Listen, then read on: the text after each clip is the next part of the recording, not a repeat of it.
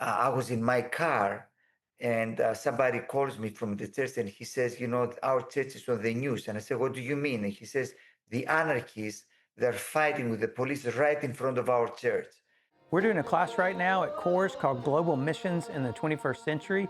And as a part of the key course content for this class, we're doing interviews with leaders from around the world. And we are excited to release these to you and invite you to pull up a chair and listen in to these enriching discussions. All right, so today I want to welcome together to this conversation Pastor Giotis Kantartzis from Athens, Greece. He pastors the First Evangelical Church there in Athens, which was established way back in 1858. He also pioneers church planting in the greater Athens area in various contexts of that city. He's been coached by Tim Keller and through the City to City, Redeemer City to Cities Network. I believe you did your M.Div at Gordon-Conwell. You have a Ph.D. from University of Thessaloniki. You're a leader in the city-to-city movement in the Balkans and Europe, and we've been able to cross paths several times in Athens and in other places over the past 3-4 years, and it's been a joy just to get to know you. So thanks so much for being with me today. I really appreciate it. My pleasure, and it's my honor. I hope you will be able to contribute something positive to the conversation of this course. I'm sure you will. So let me just start off with a little bit of your story. Otis, you're the lead pastor of the oldest Protestant church in Greece, if I'm not mistaken, a country where Protestantism just barely registers. So what's it like to pastor an evangelical church in a society that's shaped by Orthodox Christianity on the one hand, but increasing secularism on another? What's it like to be a pastor there? I would say let me start with the obvious fact that we are a very tiny minority. And so, in many ways, our situation is similar to other situations where evangelical Christianity is a minority religion. So, in our case, we belong to like a friend of mine, he called it the 0 point club. So, like the percentage of evangelicals are 0.2, 0.3%, which is the reality of most Balkan countries. When I say Balkan, let me explain. We're talking about Albania, North Macedonia, Serbia, Bulgaria, and Cyprus, and perhaps we even may include the European part, Constantinople, Istanbul, the European part of Turkey. So, what does it mean to be 0.2? Let me say this. Like before I talk about us, let's talk about the perception of the people. I mean, the easiest way to envision that is think of a religious group in your context, which is 0.2%. Typically are the people who are really weird and even suspicious.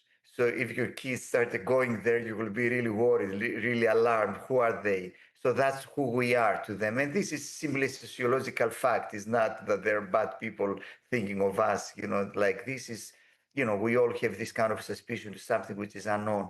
For the most part, most people would consider us as an American, as a foreign cult that in some ways is imported and does not kind of belonging because in contexts like ours, which makes it, I mean, I'm sure that we'll talk about contextualization later, but let me just say it right, from the beginning that in our context, religion and nationality, they go together. So they're intertwined. So being Greek means by definition that you're Greek Orthodox. Now, being a minority now, I mean, I talk a little bit about the perception of the people. Let's talk about, what does to you. Being a minority, the worst thing that can happen to you is to start thinking and acting as a minority, to really, adopt an identity of a minority. And what does that mean? Let me tell you that when I first came to the church I'm serving, let me just tell you a little bit about the geography and the location of our church. Now, if you come to Athens, most chances are that you will pass by our church because it's in a very central, very, in a position that everybody knows, is really very visible, the church. Like if you go up in Acropolis, you can see the church. If you pass by, it's very. Now, that was not the case in the past. we have old photographs, and you can Google and find old photographs of the Hadrian's Arch.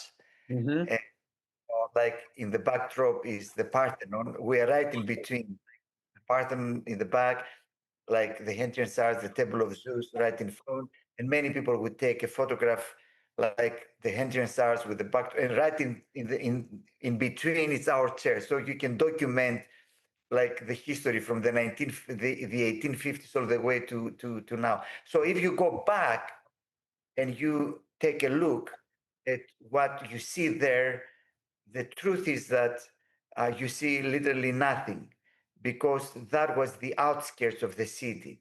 People had to walk outside the city to go to the place where the church was. And why was that? Because at that time, 1850s, there was a lot of pressure. Even I would say back then, persecution. And the tendency is when you feel pressure is to do what? To hide away, to isolate yourself, to withdraw.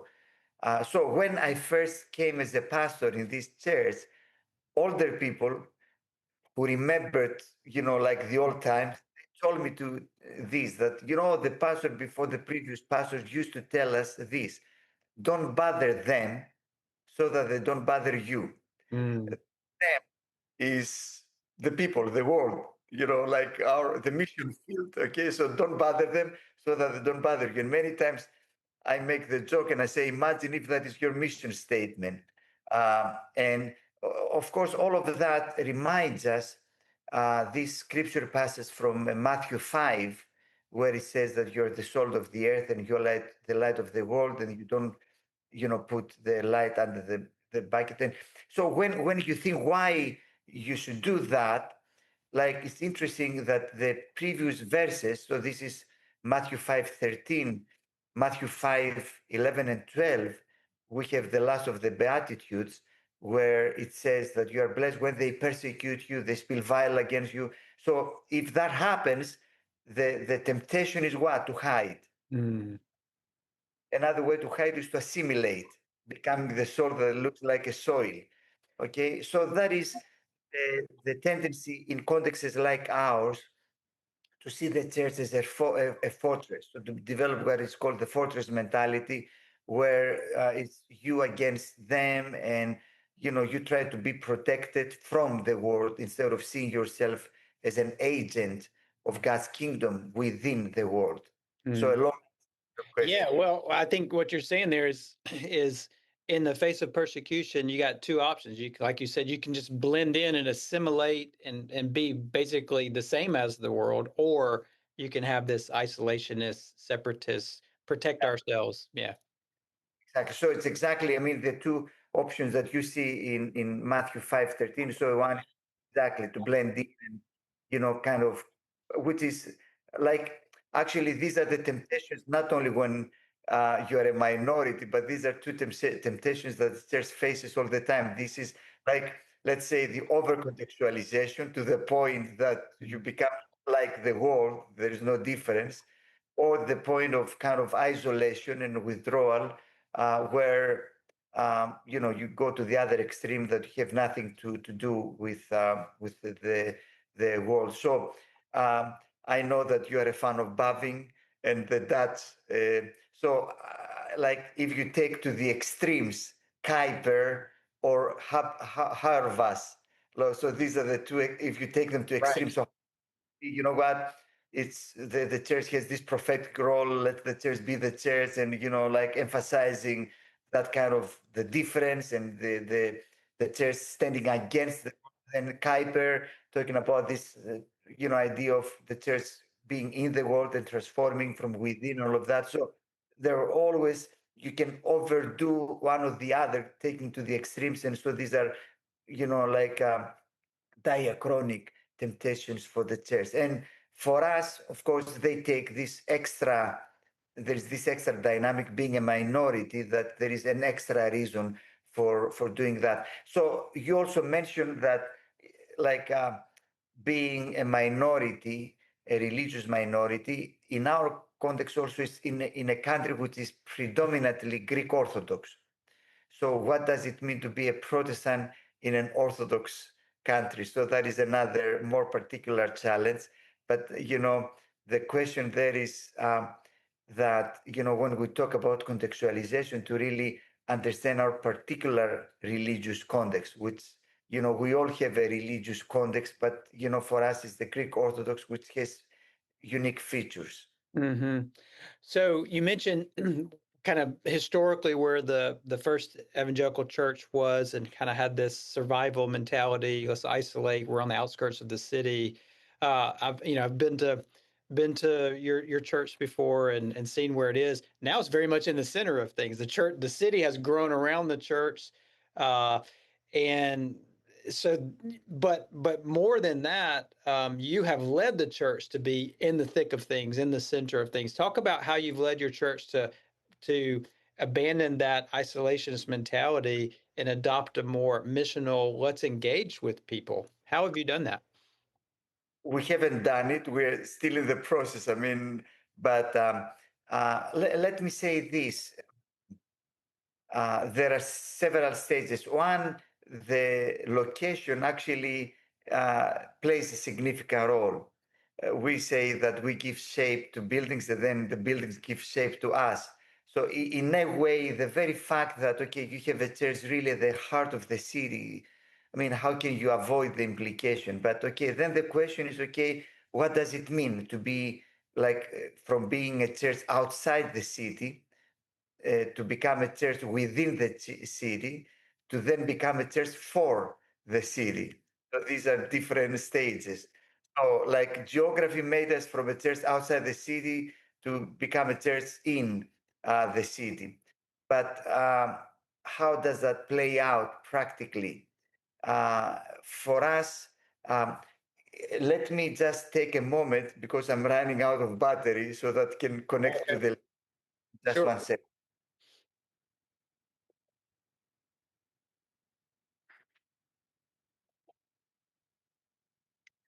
Sorry for that. That's no problem. Okay, now we're okay. Um, so there was this process, like of saying, okay, here we are. But I would say that the situation that made us think hard about these issues, it was the fact that Athens was hosting the Olympic Games in 2004. So we started thinking, okay, what does it mean that the world will come to Athens and we are really the heart of the city? So we thought that, okay, we need to do something. And that was the first time that we actually tried to open up and do various, like initiatives. We actually turned the church into a welcome center. Many good things have happened. We distributed thousands and thousands of Christian leaders. So we had an exhibit illustrating the athletic imagery from the New Testament. And hundreds of people came. Were on the TV. We were voted one of the three most popular spots for tourists during the Olympics and things Wow. like that.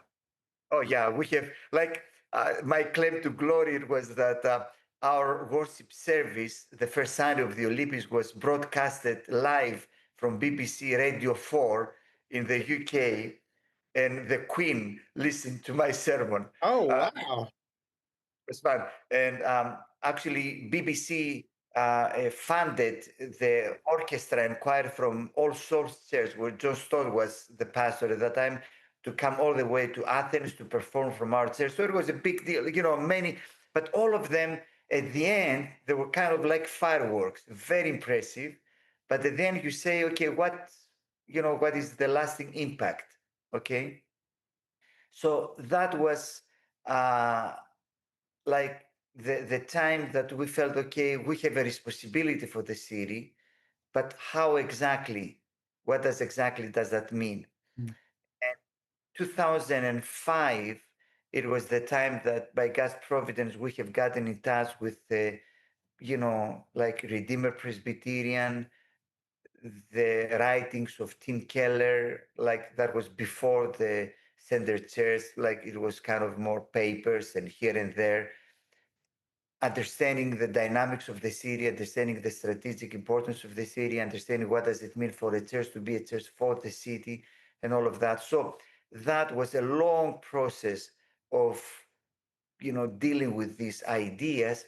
And like, let me tell you that at that time I have never seen a church being planted in my entire life. I didn't, so I only saw churches being planted out of division, Mm.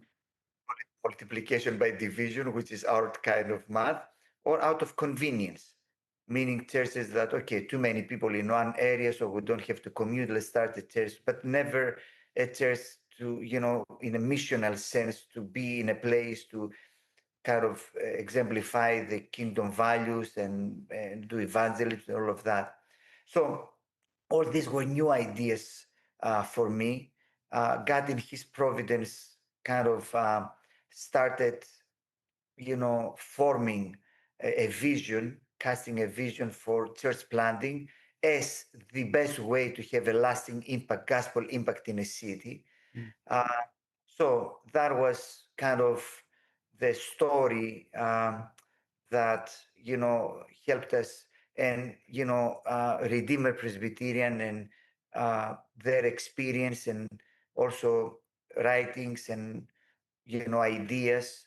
They really helped us deal with all these questions and try to form our own vision for our own city. And of course, let me just add this as well, that this is not enough, meaning to have a vision, it's a good thing, but it's like having all the wood, but you need the fire to ignite it. Mm. Or so here I was saying, okay, we need to plant churches, and actually doing a little study and, of course, praying over Athens.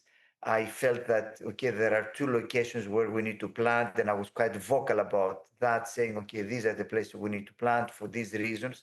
And one of these two places, it was Exarchia, which is back then, even now, but back then it was really an edgy, very vibrant place where anarchists used to live, and it was really avant-garde, and it was very interesting to this day, but back then it was even more. So I said, this is where we need to plant. It's a very strategic place. And but okay, it's one thing to have a vision, it's one thing to say that we need to do something. It's a totally different thing to actually go out and do it. Mm-hmm.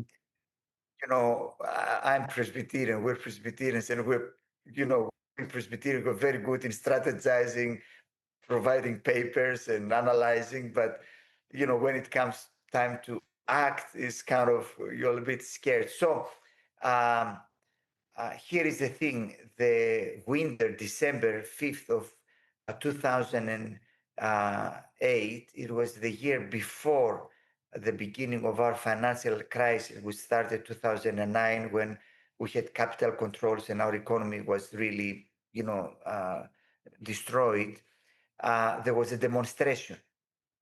And that during that demonstration, a policeman in Exarchia, in that very area where we were saying we need to go and plant the church, he shot and he killed by mistake, by accident, a 15-year-old teenager. And once that happened, and once the news came out, you cannot imagine what was going on in Athens. For 2, 3 days, all the young people, they were out in the streets demonstrating, burning, looting. And I was in my car, and somebody calls me from the church, and he says, our church is on the news. And I said, what do you mean? And he says, the anarchists, they're fighting with the police right in front of our church. The church, it was not a target, it was simply the context. Um, so I dropped my car and I ran towards the church. And once I arrived, the action moved on, but I was able to enter the sanctuary. And you have seen our church, so we have like one side of the church is these big windows, the windows that they look on the street. All these windows, most of the glass, that were broken because they were fighting, the anarchists that were throwing stones and pieces of marble, and the police were answering with the tear gas and stuff. So the sanctuary was full of broken glass, full of, stones, and full of tear gas. And for me, that was, I call it a God moment, because I felt that here we are saying that, we need to go, but we don't, we're scared to do it. And we feel that we are protected behind the four walls. And here it got allowed those people to come all the way to us in our front yard to break the wall and just let us see, beyond, our comfort zone. So for me, that was the moment I realized that, okay, there is the point of no return, that, we need to, the church needs to be missional. The church exists in order to be the light of the world. And if we don't do that, and we just hide away the four walls, we're just missing our, like it's an existential mistake. We're not fulfilling. We may do many good things, but we're not doing what we are supposed to do. So that was sort of the push to really get us going. Yeah, it was amazing just to hear that it wasn't just the fruit of reflection and reading and discussion with some other leaders like Keller and others. It was actually God orchestrating events that were quite profound, that quite literally push you out of the four walls and into exarchia. Exactly. Yeah. That's exactly right. And many times we like, I mean, as I told you, I'm Presbyterian. We're very cerebral. We like to analyze. And that's why Keller was kind of like a hero for us, because, okay, he had all these analysis, arguments, biblical, theological, sociological, of that. So that was very, very important. But that is never enough. That is so, yeah, many times I say it's an existential thing. I mean, it's not like, I read the book and I said, oh, that's a nice idea, let's try it. It was definitely God leading us. And, there are many providential events. I just mentioned one that God was literally pushing us out. I mean, my favorite expression is this, that God is pushing us out of our comfort zone.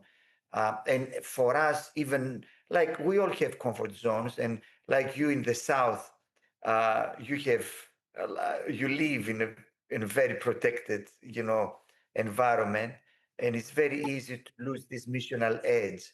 And for us, it's out of fear. For you, perhaps, it's, like, because everything seems to be Christian around you. So what's the point? It's out of convenience, so to say. But for us, it was really, we needed God to push us out of that. And this is not an easy thing. I mean, 20, 30 years later, we're still struggling. It's not that, we all understand it and we say, okay, we're all for it. It's a struggle. Well, it reminds me of, just we see it in the book of Acts where key moments where God moves the story along are, through some kind of suffering or pressure, like, after Stephen's stoning and then they spread, and several moments in the story, or God intervenes in a way the church wants to hold back, pull back, be comfortable, be safe, and God says no, and pushes the story forward. But so you mentioned Exarchia, and when we visited there with some of our students, you showed us multiple locations where y'all have initiated church planting and been able to establish some churches. And it's a very diverse place, and in these different neighborhoods and contexts were different than one another. And talking to the church planners that you've helped get going and mentor, just hearing about how they've had to contextualize for it's all in Athens, all in the same city, but they've had to nuance their approach and even language, how they explain the gospel in ways that are particular to the context that they're working in. So let's talk for a bit about this issue of contextualization and what you have learned over the years in this. I mean, you live literally in the shadow of the Mars Hill, where Paul gives this Acts 17 famous address to the Areopagus, and a lot of missiologists and theologians look at that as, one key text for us how to understand contextualization, and you're living literally in the shadow of that. So how do you and other church planners in Athens wrestle with contextualization for your context? Thank you. That's a very good question, actually, a very practical question.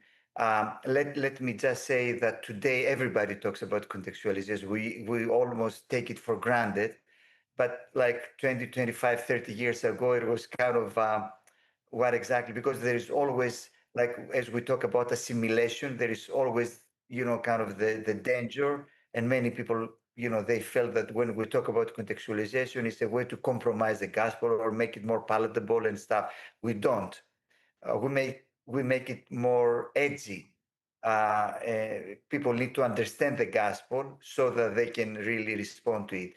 Now, let me just start with this observation that a city, especially a big city like Athens, which is a metropolis, like it's a population of about 3.5, close to 4 million inhabitants. It's a city. It's a city of cities. So there are areas and many different dynamics within the city. So I said there is the anarchist place, different dynamics. Then, like I mentioned, the other area, when I talk about, picking up two areas, the other area was very different. It was called Kypseli, which actually means beehive. And because in the past there were bees, but literally it's beehive because it was one of the most densely populated areas in Southern Europe. And at that time, there were about 32, 33 different nationalities crammed together in this area. And 50% of the population would be Albanian migrants. So that is a totally different dynamic. And then, like one of the churches we planted, the first church we planted was in an area called Glyfada, which is kind of a very affluent suburb by the sea in the south of the city. So very different, very diverse. So just to give you an idea, we did some sort of a questionnaire trying to, like in both in Kypseli, the beehive place, right, and in Glyfada, the affluent place. So we did a questionnaire asking what are the top three needs of your area or challenges. In Kypseli, it was unemployment, crime, these kinds of stuff. In Glyfada, in the top three, it was we need a park for our pets. Walk our see how different these places are. Now, so obviously, you go to these places and you need to go, like, you have different approaches. Now, why do that? Like one of the most simple answers to the question why you should think contextually is the very fact that we have four gospels. Okay, so the question why four gospels and not simply one is because we have four different audiences. We have four different purposes. So you say the same story in four different ways in order to meet different needs and to answer different questions and to challenge different, various idols, which is, again, when you think about contextualization, I know that you're a good friend of Dan Strand, who talks about the magnetic points. Keller talks a lot about the idols of a society, to identify the idols and just focus there. And the book of Acts, Acts 17, I think is a very good example. Perhaps we'll talk about that. So what definitely the idols of Glyfada, this affluent place, are different than idols that, Kypseli, the people in Kypseli. So um, you need to have different approaches. So this is, so to say, the whole idea behind contextualization. And I think that if uh, our church planters did something well, is that because if you go to each individual church of the church that we have planted, you will visit totally different type of churches. Uh, and the reason is because they're in a very different area. So, for example, there is a church that we're in the process of planting, not very far from where we are. This is a church, again, with many migrants. And so the way we, do church there is not like you have chairs or pews, the pulpit, and you do is you have tables, so people eat around the tables, and then there is a gospel presentation and there is discussion. So there are different forms that have to do with the particular circumstances and situations. So in Exarchia, for example, it's a very, because of the anarchy, it's very communal. Um, um, so like there is nothing impressive. So when we talk about contextualization, we're not talking about doing spectacular things to, Mhm. especially in an area like Exarchia, that would be a bad strategy because simplicity and spontaneity is key, is very elemental. Now, in the church I'm serving, which is in the center of the city, kind of a cathedral, so, for example, contextualization means that I wear the collar, the ecclesiastical collar. Why? Because we live in the Greek Orthodox environment, and we have many people coming in the church visiting. So you don't want to create confusion because when you go to church in the Orthodox tradition, you expect to have a priest. So who is this guy up there with the tie, and where is the priest? So okay, I'm the priest. We have many funny stories. Let me just tell you one, which was pivotal to make us decide to wear, like, not every pastor I wear the collar in the, like, in many other places there is no point of doing it, but because of our particular context I wear it. But here is the story. We do a funeral, so we're in the cemetery, and the tradition in Greece is that once you arrive in the cemetery, there is a procession. Is the in front is the casket, then is the priest, and then is the family, and then all the guests follow. And we walk from the entrance of the cemetery to the place of the burial. So there is a procession. Now, in all cemeteries in Greece, there are priests on duty because there are several prayers after 3 days, 40 days, whatever. So there's always a priest around. So the priest sees a procession going on without a priest, because I was the associate at that time. So the senior pastor was wearing a suit and a tie, and he was in front, okay? So there is no priest. So he walks to the crowd and he asks this lady in the crowd, do you have a priest? And her, being a good Protestant, said, no, we don't have priest, meaning we have a pastor, but she didn't explain that. So the poor guy walks up in the head of the procession and he starts chanting, like the Orthodox, So the pastor approaches and says, what are you doing? And he says, oh, I asked, you have no priest. He says, no, I'm the pastor. And there was a very awkward moment. And you realize that even clothing, it's a language that communicates things. Yeah. Okay, and perhaps for Rick Warren makes us to wear Hawaiian shirts and flip flops in California, but if you do that in our context, it will be blasphemous, so to say. So you need to adapt. Also, for example, in our worship service, we try to incorporate as many liturgical elements as possible. We celebrate the Lord's Supper every Sunday for good reasons. I mean, for theological reasons and biblical reasons, but also for missiological reasons. Because for the Orthodox, the liturgy is all about the Lord's Supper, the Eucharist. So everything else is a talk, it's a TED talk with some songs, Mhm. not even considered a worship.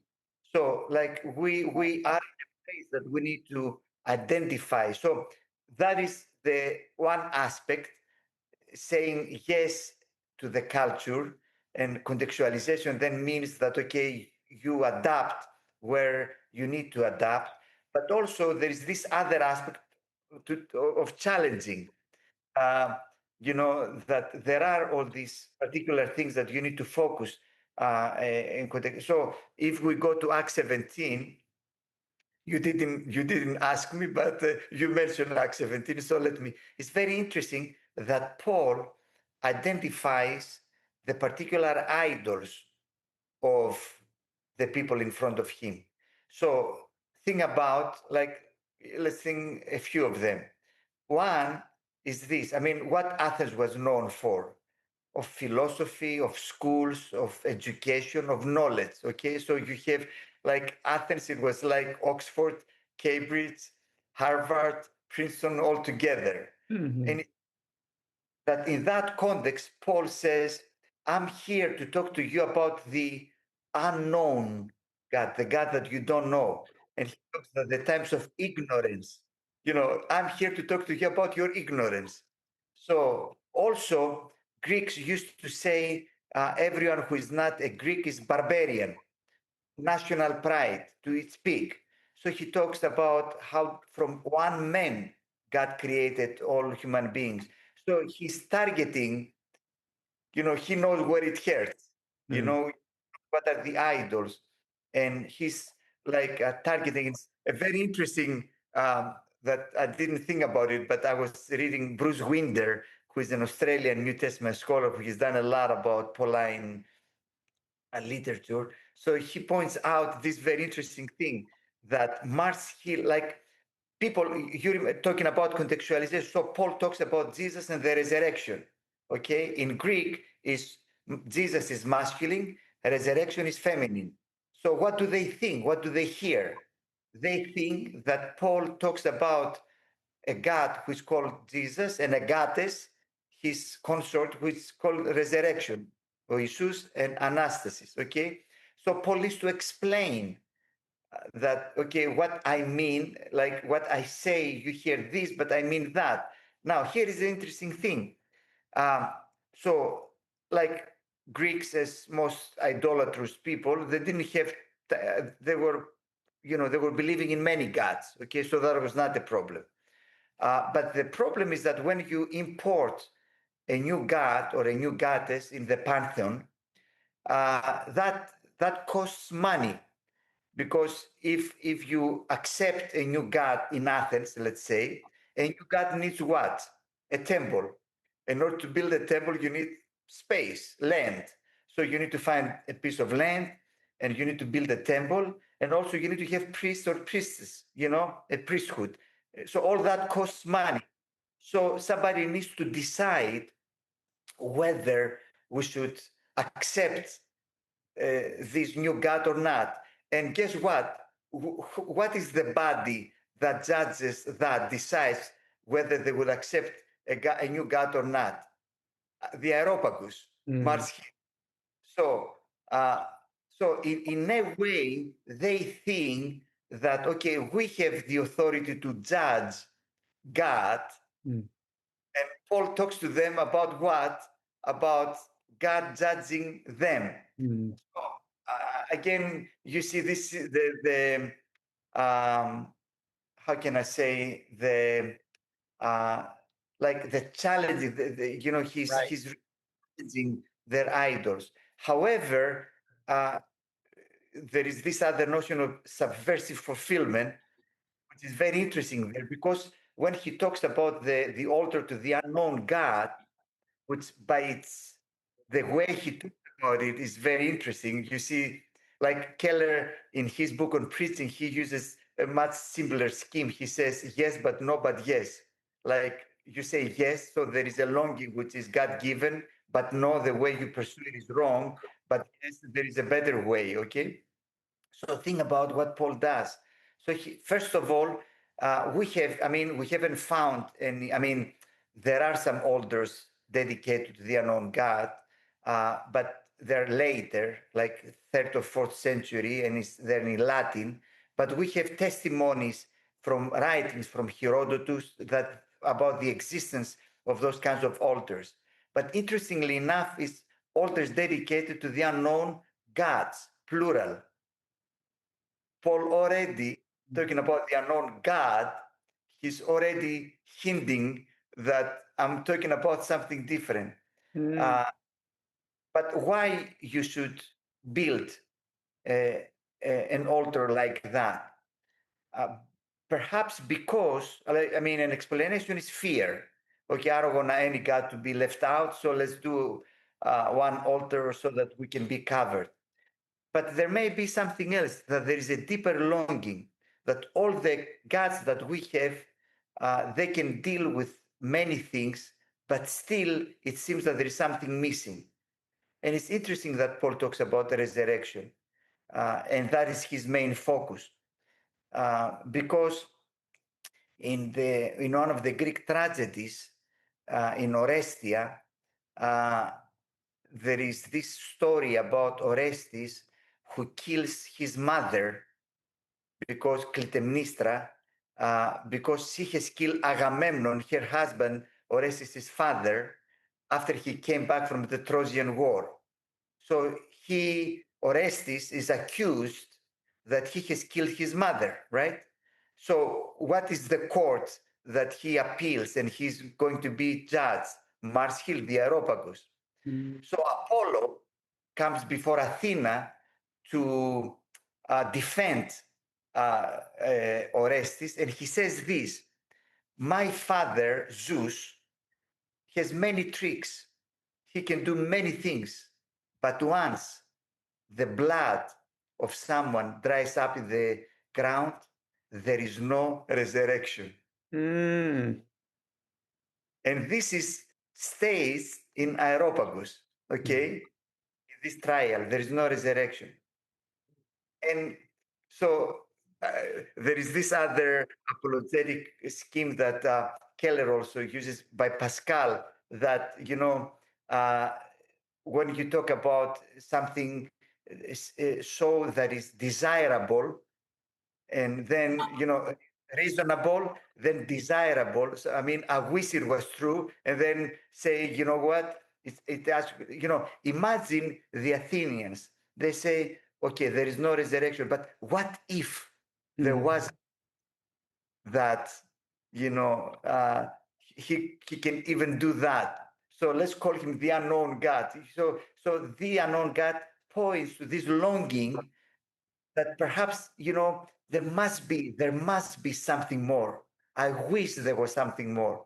So Paul, perhaps this is the subversive fulfillment. So you have the right desire, but you try to fulfill it the wrong way. But here I am to talk to you about this God, which is all about the resurrection. So long answer covering many things, but I think this is the idea that we need to understand our own context and our own people. What are the longings?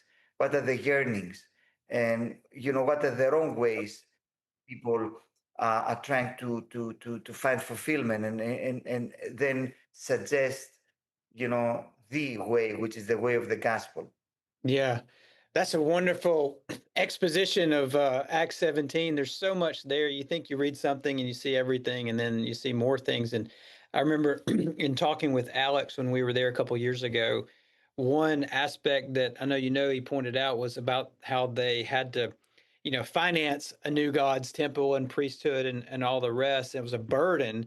And in that speech, he tells them, but this God is not like that. He doesn't live in temples made by human hands, as if, and he doesn't, eat or sacrifice as if he needed anything, but he created everything. So there's you don't have to burden yourself with this burdensome worship. This God actually gives you life. So that was another aspect of that message is, it's like you can't squeeze enough juice out of that message. It's just so full. And which is interesting if you think about it, that I mean, I don't know if Paul actually had the time to prepare a message. And it's interesting that if you read the beginning of the chapter, like where you have this, kind of the context of his, not the speech, but the context, is full of participles. Like Paul was not intending, so it was not, now I'm going to do missions.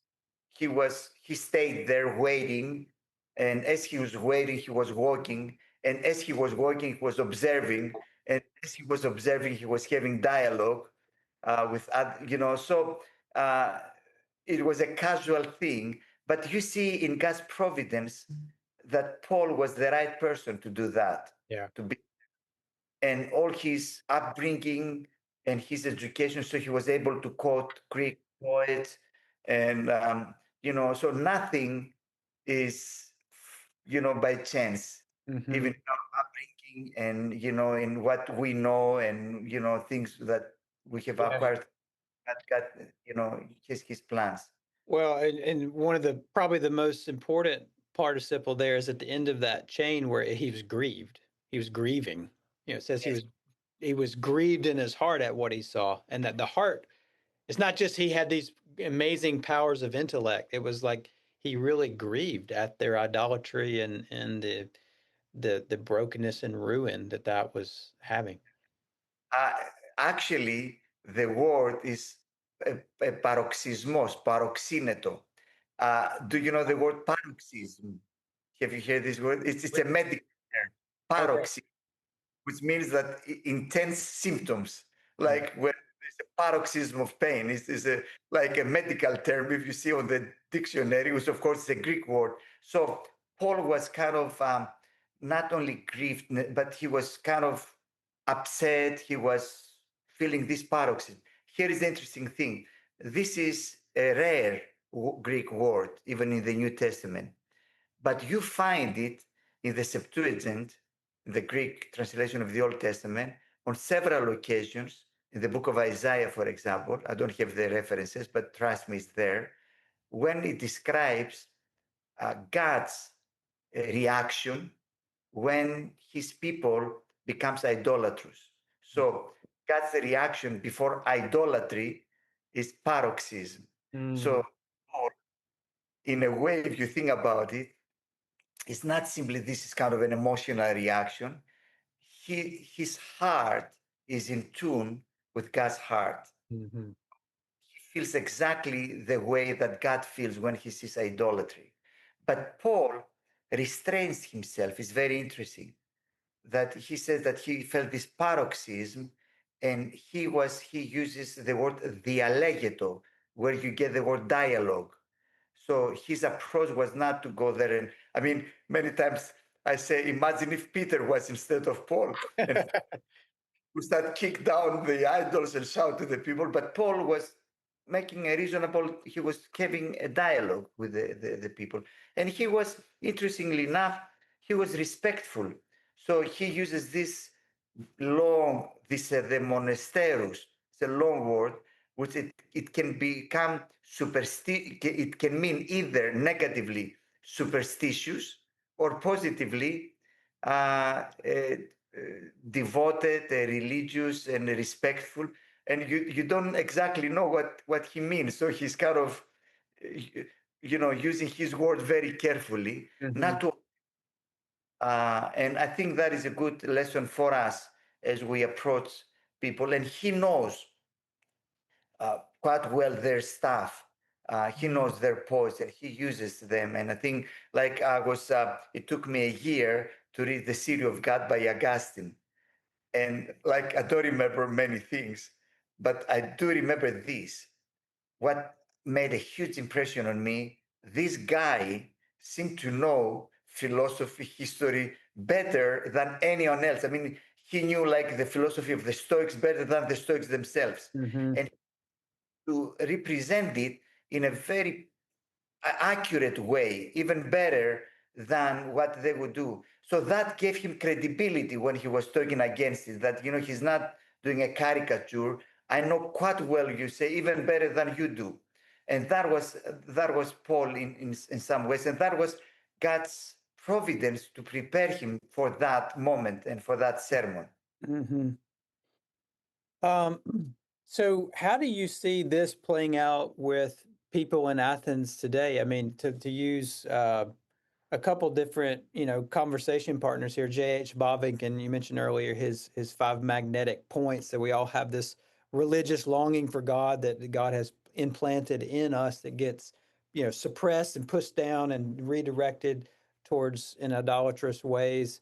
Um, and like, where do you see those longings of modern day Athenians, whether they're, very devout, maybe Orthodox, or just, I know it's a highly secularized culture and perhaps even as it goes on more and more so, like, where do you see those magnetic points in the people you're ministering to? Yeah, that's a great question, and it's not necessarily. I mean, not it cannot be an original answer in many ways. Like secular people, this is kind of the universal culture that you find in urban centers, that there's the same longings everywhere about meaning in life, and I think that is more and more becoming an issue here in Greece. It's a very materialistic society, um, unfortunately.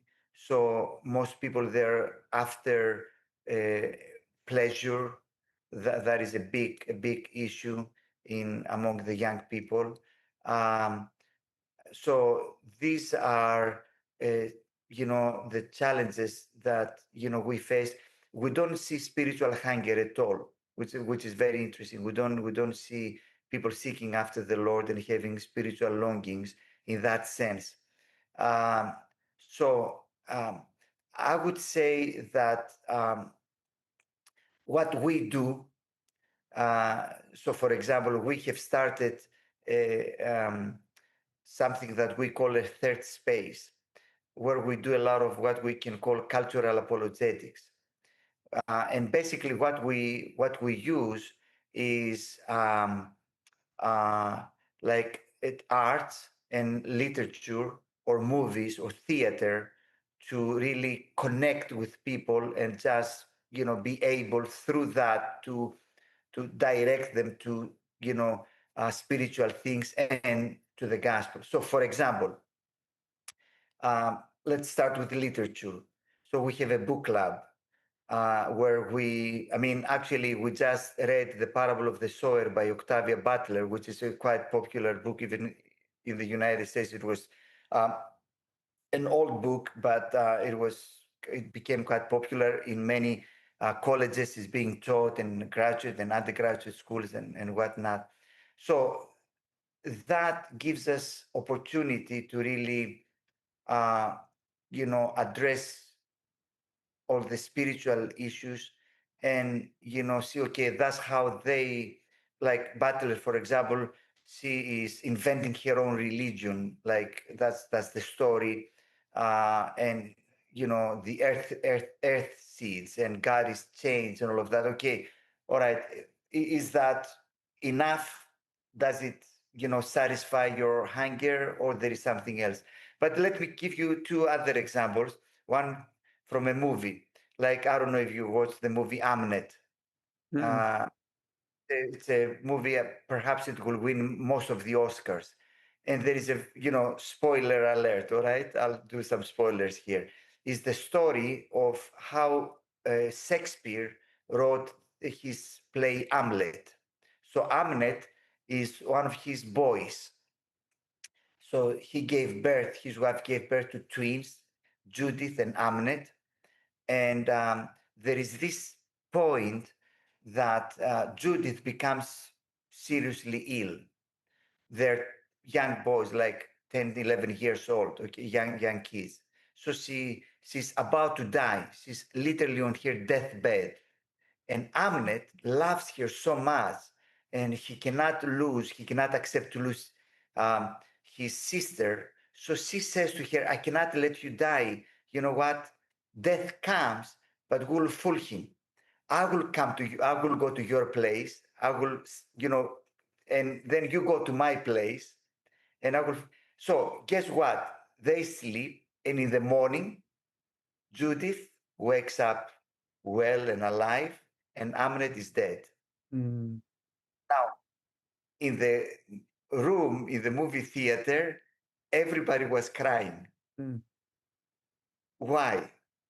Because we all long for a love that is so strong that like dies the death, our death to give us our life. We all understand that.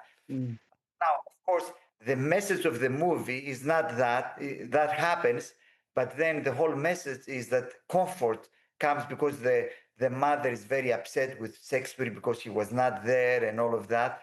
But eventually, she finds some comfort when she watches the play Hamlet. So the message of the movie is that if you are able to process your grief into something artistic and something beautiful, you will find comfort, which is an alternative. But there is this other alternative, a much deeper. So you can point out that also, uh, I don't know if you are familiar with this theatrical play and a movie, Sunset Limited, by Cormac McCarthy. That's a very good movie. Actually, it's a play that made it, which is a black guy and a white guy. The black guy is a former convict, uh, blue collar worker. The white guy is a professor, and the black guy is a Christian, is a born again Christian. The white guy is a agnostic, cynical, a cynic, and whatnot. And he tries to commit suicide. And the black guy, I mean, he falls into the lap of the black guy and literally he saves him. So the black guy takes him to his apartment and he evangelizes him. Mm. The whole play is a conversation between the two. And it's very interesting. Like Cormac McCarthy definitely is not a man of faith. He's the exact opposite. But in places like that, you can find a lot of, opportunities to really point of contact. I would say that you can then go there and turn, I'm not going to elaborate. Mhm. Now, something that is also important is we have a religious audience as well, and Keller talks a lot about that. I mean, he talks a lot about religion because a big part of his audience was ex-evangelical, so to say, and so he would say, what you have abandoned and what you have rejected is not authentic Christianity. So in our case, the religious group is the Greek Orthodox. So we need to find out what is missing from the Orthodox understanding of salvation. What is missing, or what the gospel has to offer. So I always use stories first of all when I present the gospel, and my favorite story is the parable of the prodigal son, because Greeks don't understand like the idea of guilt, um, and God being angry. This is not part of the Orthodox mentality. It's part of the scriptures, and we need to come to that. But this is not the best starting point. So I like this story because everybody understands it's a story about betrayal, like a son betrays his father, and he shames his father, right? Embarrasses his father. So all Greeks understand that, and they all feel bad about that. So he goes, he loses everything, he returns back, and he says, "Make me as one of your workers. I will work for you, and you will reward me. At least I will have food to eat." People understand that, and this is a religion. Religion says, "I'll do something for you, and you can do something for me."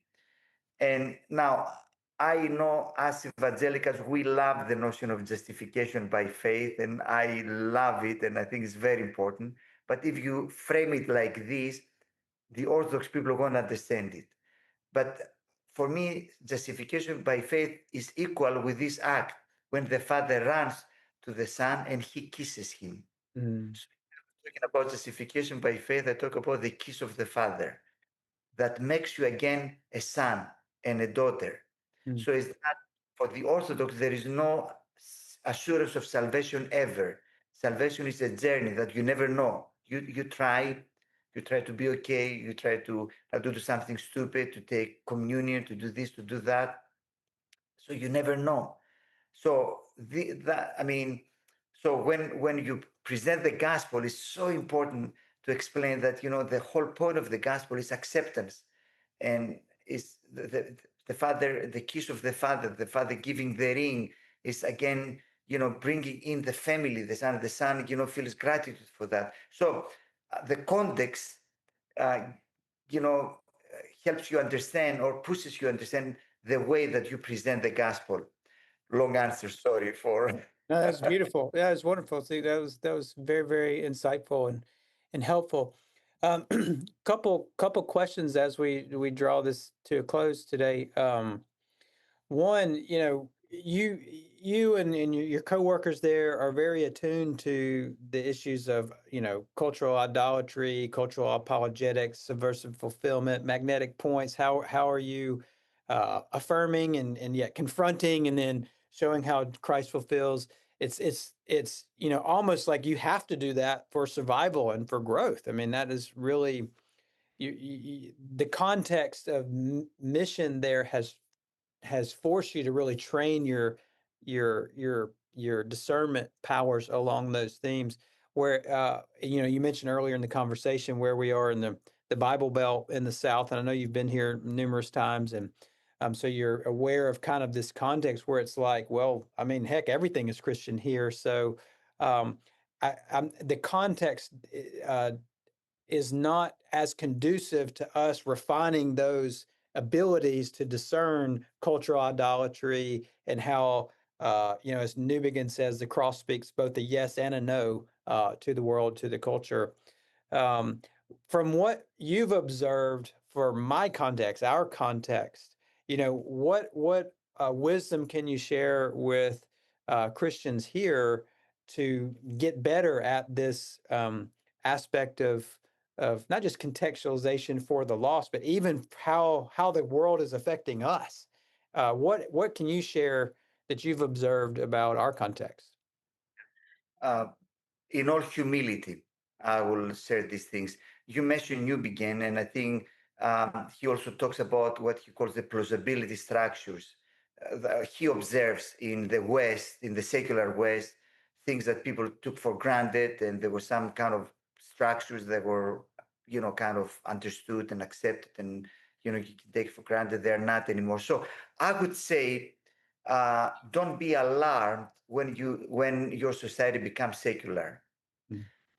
because there is a tendency, and again, I have experienced that, and perhaps I'm wrong, that losing your privileged position in society becomes like a huge threat, and like having this privilege is a precious thing that you want to protect at every cost.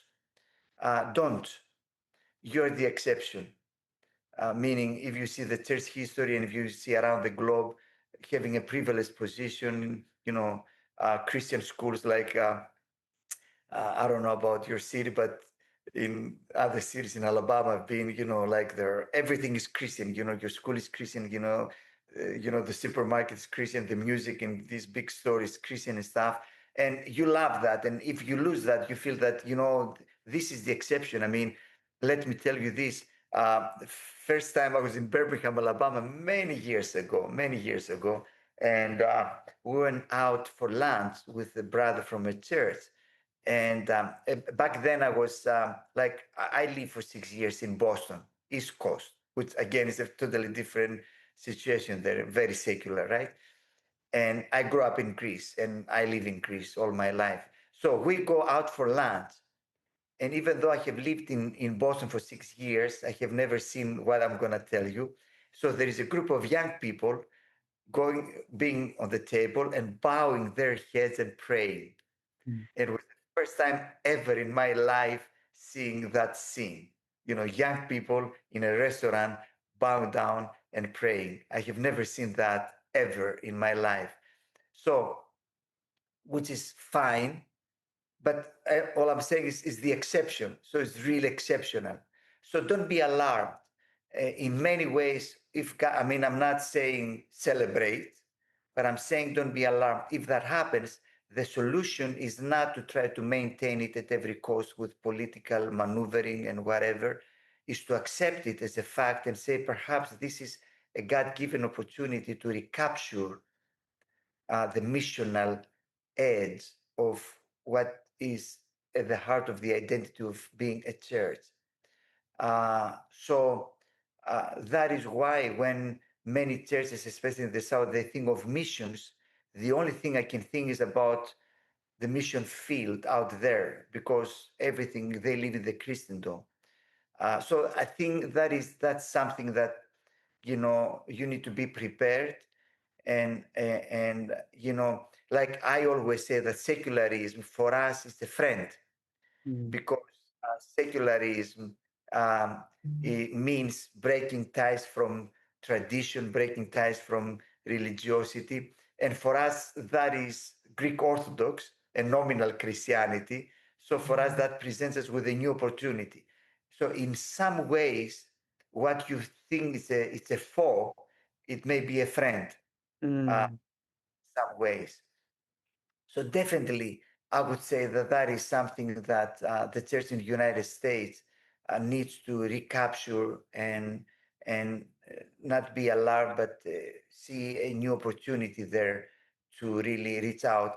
And we talk about church planting.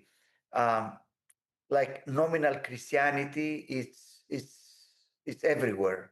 Like most Greeks, not today, but let's say if you would go back 50 years, they would identify as, oh, I'm a Christian already. Cultural Christianity, that may be another better term, a cultural Christianity, which is out there. I still remember something again that made a big, impact on me, and I was really surprised.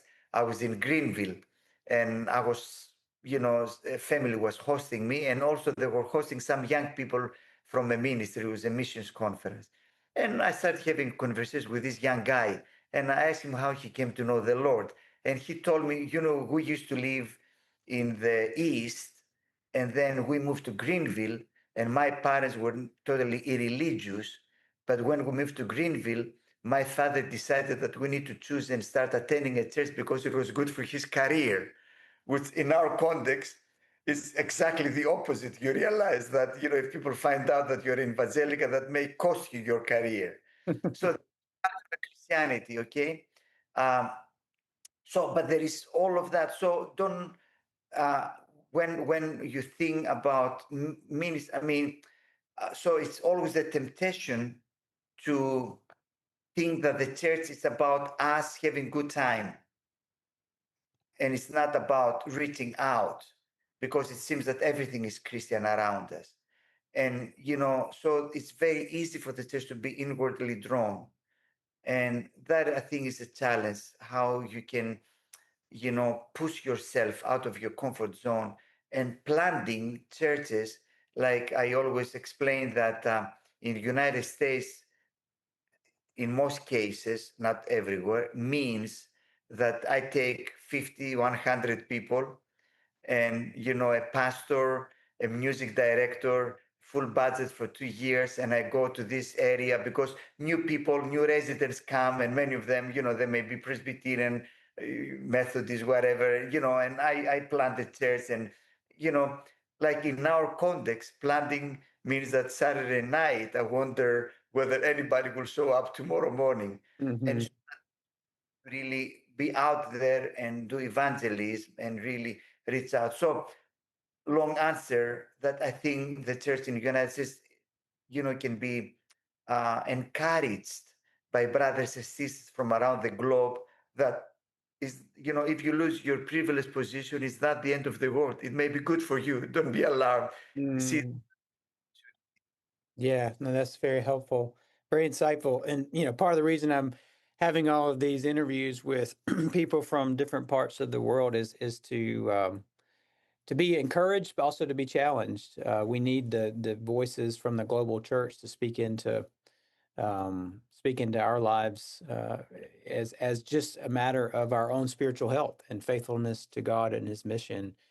We need more voices than just our own in dialects that we're familiar with. So thank you for sharing that. Just one final question. You mentioned just being a tiny minority in an overwhelmingly secular slash Orthodox environment. What gives you hope? What sustains your perseverance and keeping to go forward to pastor this church, to plant other churches, to help the Balkans and other places in post Christendom Europe keep going? What do you draw upon to keep yes, going?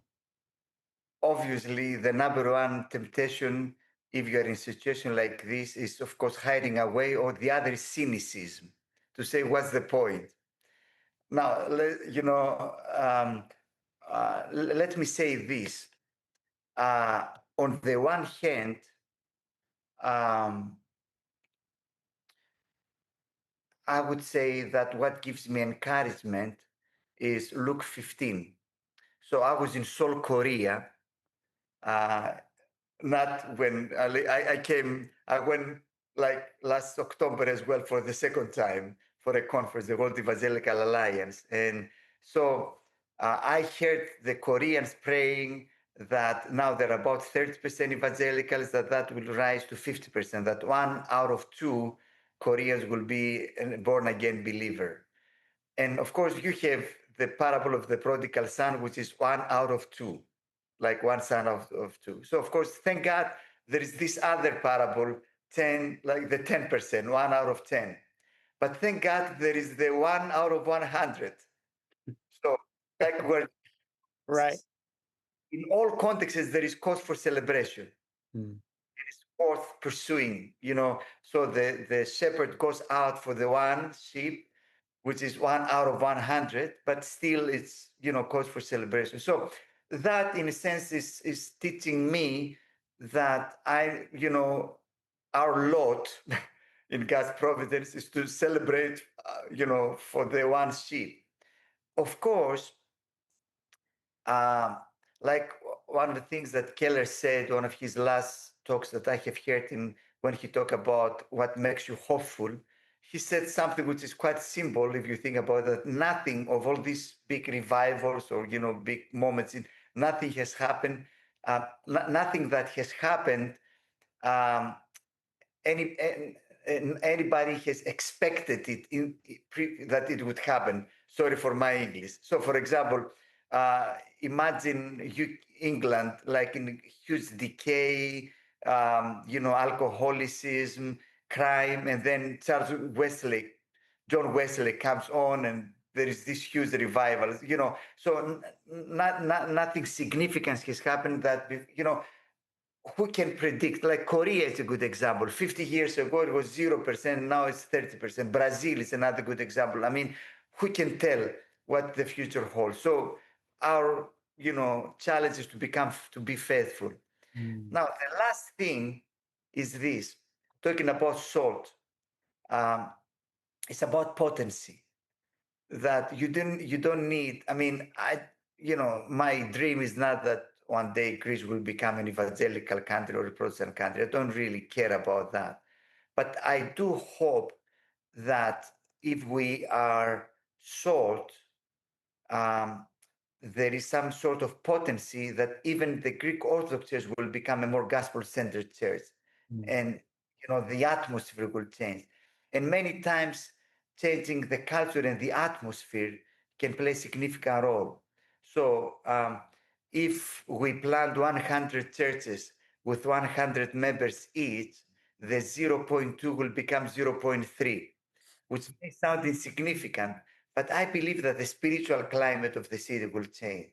Mm. That can have so all these things keep me going. Mm. And saying, what, it's on, like, let me finish with this thought. If we do whatever we do for God's glory, it's really freeing to remember that God cares about his glory more than we do. Yeah. Amen.